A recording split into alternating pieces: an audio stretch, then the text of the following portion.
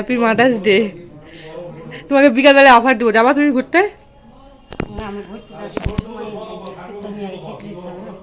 ও হ্যাঁ, মায়ের ভয়েসটা সেরকম শোনা যায়নি। মা বলছিল এটা এই যে বিকেলে কীর্তনিয়ারা সব আসবে, তো যেহেতু আমাদের বাড়িতেই আসবে তাই মায়ের যাওয়ার এখন উপায় নেই, অন্য দিন যাবে তাই বললো। অনেকের মনেই প্রশ্ন জাগবে যে আমাদের বাড়ি প্যান্ডেল কিসের বা রান্নাবান্না কিসের জন্য হচ্ছে। তো আমাদের বাড়ির সামনের একটা দাদু মারা গেছে, তো আজকে সেই দাদুটার শ্রাদ্ধ, তাই নিজের বাড়িতে রান্না হয় না।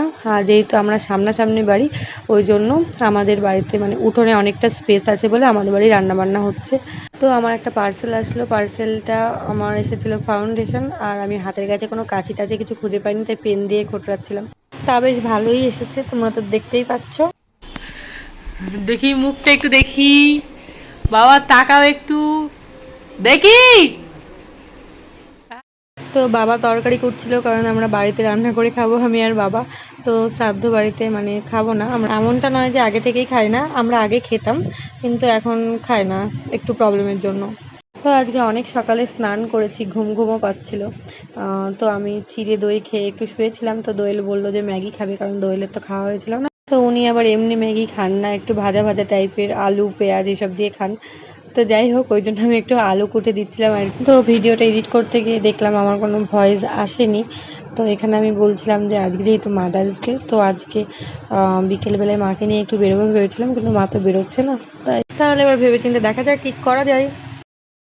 তো এদিকে দোয়েল ম্যাগি রান্না করতে শুরু করে দিয়েছে, কারণ আর আমি সকালের ব্রেকফাস্ট করেছিলাম চিড়ে দই। মা সবাইকে চা দিচ্ছে, রান্না এদিকে প্রায় কমপ্লিট ঠিক না? হ্যাঁ, প্রচণ্ড ঘুম ঘুম পাচ্ছে। আর এখন বাজে কটা, ওই 11:30টার মতো। তো দোয়েল করবে এখন লস্যি। তো এদিকে দোয়েল বানাচ্ছে লস্যি, তো দেখা যাক দোয়েল কি কি উপকরণ দিয়ে লস্যিটা তৈরি করছে। তো এখানে দোয়েল টক দই, মানে আমাদেরই বাড়িতে ঘরোয়া পদ্ধতিতে পাতানো টক দই, আর চিনি, জলজিরা, জল আর বরফ, এগুলো দিয়ে আপাতত বানাচ্ছে। আর লাস্ট হচ্ছে নুন। তো সব একসাথে ও মিক্সিতে মিক্সড করবে, তো দেখা যাক কেমন বানাচ্ছে। আর সব শেষে দিয়ে দেওয়া হবে বরফ প্রত্যেকটা গ্লাসে। তো এবার ট্রাই করা যাক কেমন হয়েছে না হয়েছে, এবার ওকে বলবো।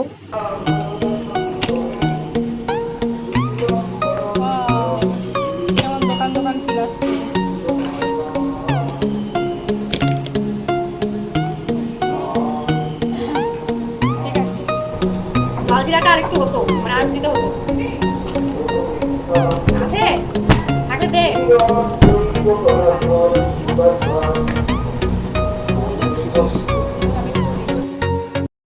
তো আমি এখন রেডি হয়ে নেব, আর এখন বেরোবো একটু বাজারে। আর এদিকে বাবা শুয়ে আছে, বাবার হিংসা হচ্ছে, কারণ ফাদার্স ডে কবে সেটাও জিজ্ঞেস করছে।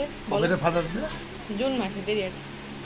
এটা মেয়ে সামনে মাসে। হ্যাঁ, কি দিবি? তুমি কি খাওয়াবো? তো আমরা বেরিয়ে পড়েছি অ্যাট লাস্ট। এবার দিদিকে ডাকছি, দিদির সাথে বেরিয়ে যাব। তো এই টাপটা আমার পড়াই হয়েছিল না, কিন্তু আজকে আমি সাইড করলাম। তো এর কিছু বলতে চাও?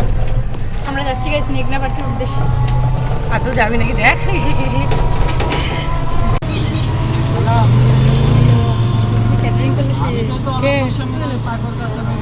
ও শীত আমাদের ফলো করছে। আমরা এখানে দিদির জন্য ওয়েট করছি, দিদি এই রাস্তা দিয়ে আসবে, দেখতে পাচ্ছিস।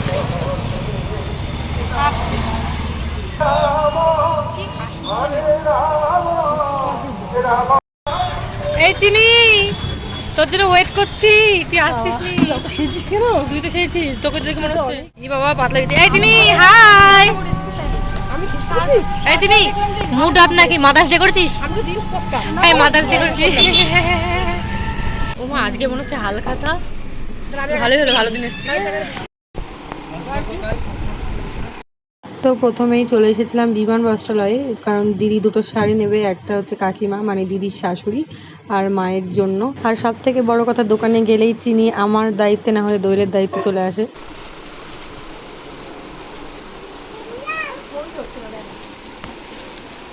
এই চিনি দেখা, চিনি দেখা, চিনি হাই করে বলতে। তো এখানে বিল পে করার পরে দেন আমরা চলে যাই মেঘনা পার্কের উদ্দেশ্যে। তো এখানে চিনি বুড়ি, আমি আর দোয়েল একটু ফটোশ্যুট করার চেষ্টা করছিলাম, বাট এত ভিড় ছিল যে হচ্ছিল না। আমাদের শাড়ি নেওয়া কমপ্লিট, এবার বিমান থেকে বেরিয়ে আমরা যাচ্ছি এখন মেঘনা পার্কে। এই যে এখন হাঁটা করেছি, বেশি দূরের পথ না, মাত্র 3-4 মিনিটের রাস্তা, ওই জন্য। তো চলো, তো আমরা ঢুকে পড়েছি ফার্মের মধ্যে। চলো তোমাদের ক্যাফেটা ঘুরে ঘুরে দেখাই। আমি আর দোয়েল কত আগে।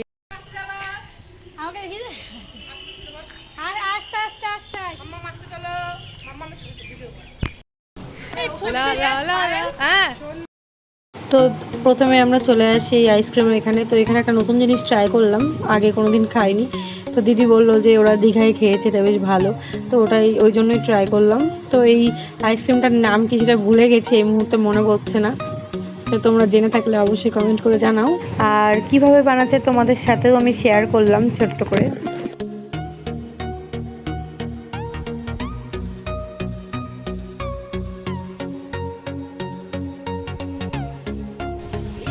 আস্তে আস্তে আস্তে, এই হচ্ছে সেই ফার্ম, খুব সুন্দর জায়গা, বিকালে ঘুরতে আসার মতো পারফেক্ট জায়গা। তো অনেকদিন পরে আসলাম।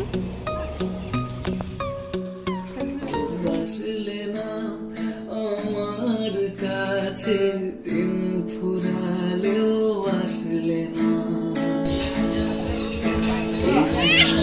আমরা এখন খাবার ওয়েটের জন্য বসে আছি, এখন দেখা যাক কি নেওয়া যায়। তোমার কাছে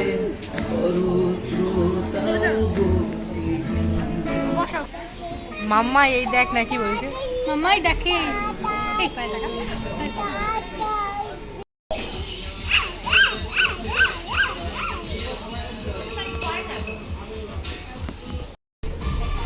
নাচো নাচো, উঠবে ওদের টাকা। পড়ে না, একটুও স্থির নেই, একটুও স্থির না। চিনি তাকা না, চিনি এতবার তোকে ডাকছি, চিনি তাকাবি না, ও তাকাবে না। সকালগুলো কপাল ছুলো তোমারি, দূরে গেলেও এটাই সত্যি, তুমি আমারি, শুধু আমারি। ও ও ও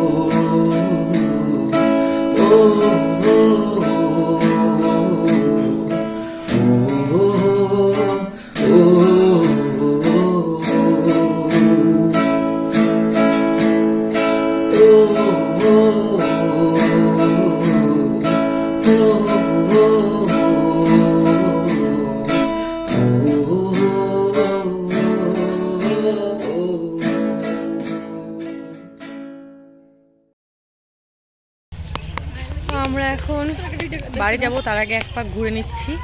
এই ভিডিও একটা রিলস বানিয়ে রিলস পরে গান সেট করে এবার একটু হাওয়া হাওয়া ভালো লাগছে বেশ। ঝড় আসতে পারে, চল চল চল চল, ফিলটাই অনুভব। তো চলো এবার বাড়ি যাওয়া যাক, অনেক ঘুরে গেছে। অনুভব না গাইস, মানে ফিল। তো চলো এবার বাড়ি যাওয়া যাক। এই আমরা আসলাম ওই দিক দিয়ে, এইটা হচ্ছে লালন মঞ্চ। পার্টটা দেখা, পার্ট কই? পার্ক তো ছিল ওই তো, মাগুর উপর ওয়ান পিস করছে। আর আসার সময় আমার তরফ থেকে মায়ের জন্য একটা ব্লাউজ আর দুটো পেস্ট্রি আর একটা ক্যাডবেরি নিলাম, কারণ খালি হাতে তো দেওয়া ঠিক না, মানে ভালো লাগে না ব্যাপারটা, তো ওই জন্যই আর কি। তো মা থ্যাংক ইউ বলো। কি সকালগুলো কপাল ছুলো তোমারি, দূরে গেলেও এটাই সত্যি, তুমি আমারি, শুধু আমারি। তো আমার মায়ের ভাই এতটাই আসতে ছিল যে আমি মানে পুরো ভিডিওটা দিতে পারলাম না, মুখেই বলে দিচ্ছি। তো এখানে মা বলছিল মায়ের খুব ভালো লেগেছে, একটা ছোট্ট সারপ্রাইজ দিয়েছি আমরা, এইসবই বলছিল। তো আজকের মতো ভিডিওটি এটুকুই। Happy mother's day. পৃথিবীর সকল মা ভালো থাকুক। তো আজকের মতো টাটা সবাইকে।